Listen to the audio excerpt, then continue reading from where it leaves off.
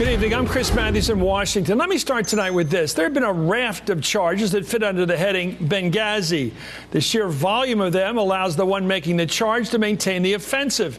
It allows people to take glancing shots at this administration and possibly a future administration without coming up with a sharp indictment that merits hard public debate. So, to avoid that confusion, I'm going to divide the charges into 4 periods. 1, events before the Benghazi facility came under attack. 2, events occurring when the Benghazi facility first came under attack. 3rd, events occurring before the second attack in Benghazi. And 4th, events after those 2 attacks. Well, one of the charges Congress will hear tomorrow concerns the 3rd time period. Between the attacks in Benghazi, between those attacks, Gregory Hicks, a State Department official, posted in Tripoli, said he asked for 4 Special Forces personnel to be sent to Benghazi, but was refused. The Defense Department says the 4 personnel weren't ready for combat. Also, they were needed to defend the embassy in Tripoli. A second charge Congress will hear tomorrow also concerns that 3rd time period, the one between the attacks. Mr. Hicks says he asked for fighter planes to do a flyover at Benghazi. He says it would have scared off the terrorists and prevented the second attack. Well, the Defense Department says there that the planes stationed over in Italy needed to be refueled en route, and there was no tanker in the area to do it. Let's take on the charges. Let's take a look at them. We're joined by Andrea Mitchell, NBC's chief foreign affairs correspondent, and the host, of course, of Andrea Mitchell Reports on MSNBC. Let's get this first charge. Gregory Hicks was the deputy chief of our embassy in Tripoli at the time of the Benghazi attack. He told investigators for the House Oversight and Government Reform Committee that more could have been done in this period after that first attack on the mission in Benghazi.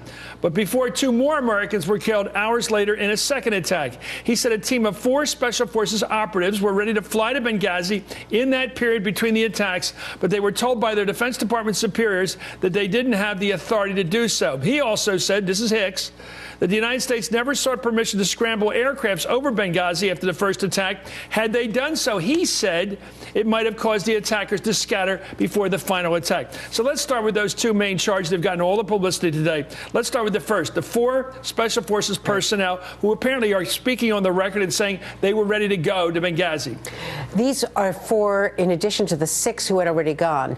And the pushback from the Pentagon and the State Department is that they were needed in Tripoli, that embassies were under attack all over the region, and that if those 4 had left and gone to Benghazi, it would have exposed the embassy, a far more important target in Tripoli. So that's their main argument. Not that they weren't battle ready, but that they were needed to defend the main base, the main American operations base in Libya.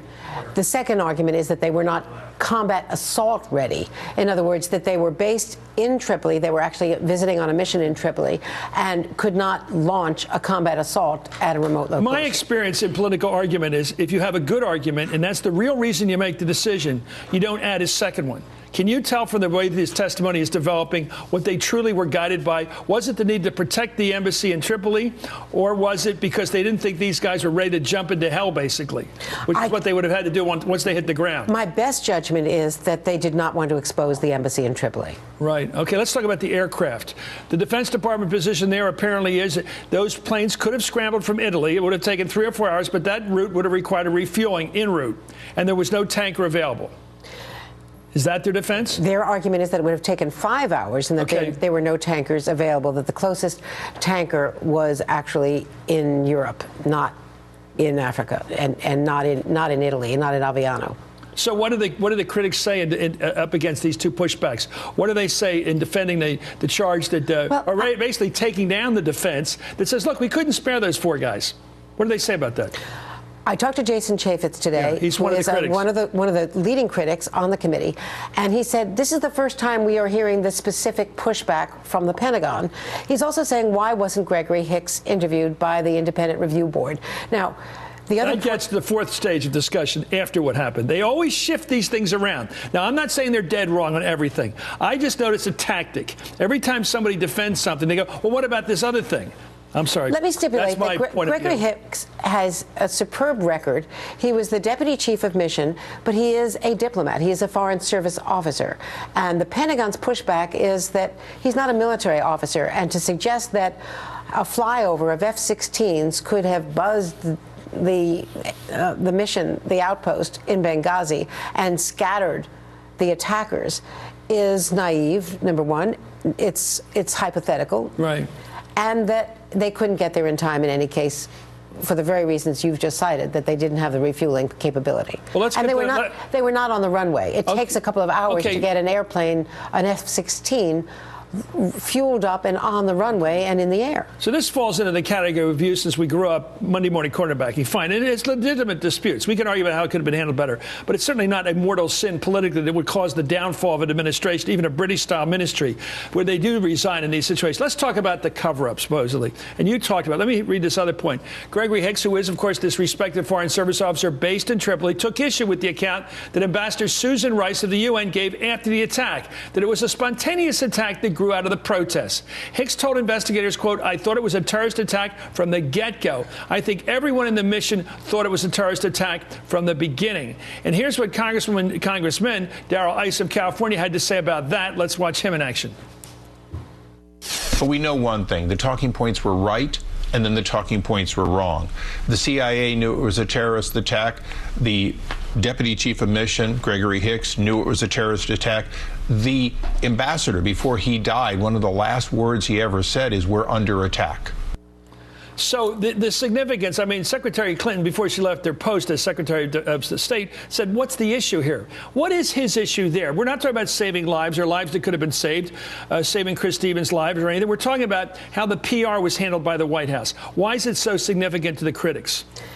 I think it's significant to the critics because they see political targets. They see a cover-up, and they believe that in the weeks before a major, a presidential election, where President Obama and team were claiming that al-Qaeda had been diminished, that there was an effort to whitewash or, clean the talking points to make it appear less a terror attack. Was there a move by the Assistant Secretary for Public Affairs at State to say it wasn't terrorist or change that? Was there any evidence that anything was changed around for PR reasons? No, all of the evidence has been that it was changed in the intelligence community, and General Clapper took responsibility for that. Because of their own estimates of what happened? Because they did not have what they felt were the hard evidence. Clearly it was an attack. When Ambassador Stevens said we're under attack, that didn't define who was attacking. So I think that is a red herring. The last words of the dying ambassador, to hold that against the State Department. I do think that there were screw-ups along the way in the way in the way the intelligence community and the White House, all of these things are vetted, they're rewritten. It's clear that Petraeus went and said one thing, and then the talking points were changed. This is my political analysis. You don't have to buy it. I notice in all these attempts to smear somebody, and generally speaking, what they do is they take, say, legitimate concerns about what, for example, John Kerry said when he came back from the Vietnam War. He basically said this was the wrong war, we did horrendous things. And that was a legitimate criticism of him by the people on the right. And then they went after his record. So they got people to criticize his statements after the war as a way to blemish his war record. Now here, they take legitimate disputes of how the PR was handled. We can argue about that. And now cast doubt about what efforts were really not made to save the lives of these diplomats. I think it's an attempt to mush it up a bit. Well, I mean, I think there are very legitimate successful questions. PR tactic in either side politically. Why wasn't Gregory Hicks interviewed before this? Why did not his testimony become part of the Independent Review Board? That is a question that needs to be answered. But whether this is dispositive, is this going to really prove anything about how we handle embassy security? They're still not asking the Pentagon why there aren't more than 1,200 Marines globally to take care of embassies. Yeah. We're not putting Marines in front of embassies or missions. But you know this diplomatic world better than anybody in our business. You can't stock a Fort Apache in the middle of a country that's barely a country yet, like Libya, which is we don't have a right to move in with a military, you have to brigade. Have host country permission. And they have to protect us, basically. The bottom line here is we are not spending the money to either secure these outposts or staff them properly, and still Foreign Service officers like Greg Stevens are raising their hands and saying, I want to serve there, even though I know I could die there. I think that's a big part of this story, the courage of our diplomats to go into tricky situations knowing there's a certain percentage of chance they won't come back. Exactly. And you know how much we respect those people. Thank you, especially. Thank you, Andrea Mitchell. Let's go now for more on the investigation. I'm joined by U.S. Congressman Matt Cartwright. He's a Democrat from Pennsylvania. He's a member of the Committee on Oversight and Government Reform, which is holding these hearings tomorrow. What do you make of this? We're trying to settle through. Andrea and I and everybody in all our production team have been trying to figure this out. It looks like they got a couple charges about the way things were handled before the attacks, during the attacks, which were basically Monday morning quarterbacking. We can argue about them forever, but no real malfeasance yet. And then we had this whole question of cover-up. Do you see any merit? I know you're a Democrat. Do you see any merit in what Darrell Issa is up to, or is this just politics? Well, I'm a Democrat, and I'm a Democrat from northeastern Pennsylvania, Chris, and you got a lot of fans in that part of the world, I can tell you. Thank you. But I will say this. I am a freshman. I've been in Congress now for 4 months. I've been a member of the House Oversight and Government Reform Committee. And one thing we see on this committee is something that I've never seen before in my life. I've done courtroom jury trials for 25 years, exercises in finding the truth. Sometimes it really doesn't look like we're interested in finding the truth in these hearings we see on the Government and Oversight and Government Reform Committee. Let me give you an example. You show up at these hearings, they have titles. You know, why such and such is so, and then they take the testimony. They are exercises in the majority of the committee deciding what hearing is going to be held, and then withholding the information until the very last minute, or in many cases, revealing what's going to be in the hearing by leaking it to the press the night before, including documents, including what witnesses have to say. So, for example, tomorrow in this Benghazi hearing, we're going to find out from this witness, Mark Thompson, things that those of us on the minority on the committee have no idea what this man is going to say, because we have been granted no access to this witness. So it's a complete surprise.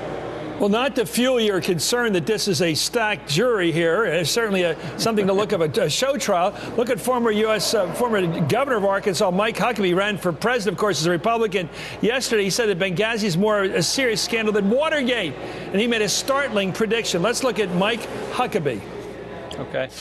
I believe that before it's all over, this president will not fill out his full term. I know that puts me on a limb. But this is not minor. It wasn't minor when Richard Nixon lied to the American people and worked within those in his administration to cover up what really happened in Watergate. But I remind you, as bad as Watergate was, because it broke the trust between the president and the people, no one died. This is more serious, because 4 Americans did, in fact, die. Did you catch that? He's not accusing people in the State Department or Defense Department bureaucracy of making a mistake or a human error, or just things are always looking better afterwards. You can always think things through. He's accusing this of a high crime and misdemeanor, something from the president on down that's a grievous crime against the state that should be answered with impeachment and conviction and removal from office, without ever saying what it is. This is classic conspiracy talk. Your thoughts? Well, you know, as I mentioned, I did jury cases for 25 years, and if you got caught grandstanding to the jury, you would be admonished by the judge. Here in Washington, D.C., the definition of grandstanding is completely different. It's an art form. And so something like that, look, this is not what the American people sent us here to do, Chris. They want us to work together. And as an oversight panel, we should be sharing information with each other so that we work together to get at the truth. Because you know what? If you share with us what the witnesses are going to say, what the documents are that you're going to use ahead of time, the truth isn't going to change. The truth is going to come out. Truth is the daughter of time, and it doesn't change. So let's work together. That's what the American people want us to do. Congressman, my best to the sons and daughters of Scranton, especially the Irish, and everybody else up there. Thank you for coming on tonight, Congressman Matt Cartwright of the Scranton area. Coming up, one of those stories that makes you wonder, how could it happen? 3 women held captive in Cleveland, Ohio for a decade, 10 years, were just found and freed in their own neighborhood. And the 3 brothers, middle-aged brothers accused of holding them are now under arrest. My question, did the police just assume that these 3 women, they were girls at the time, were just lost causes? They ran off, never found in their own neighborhood.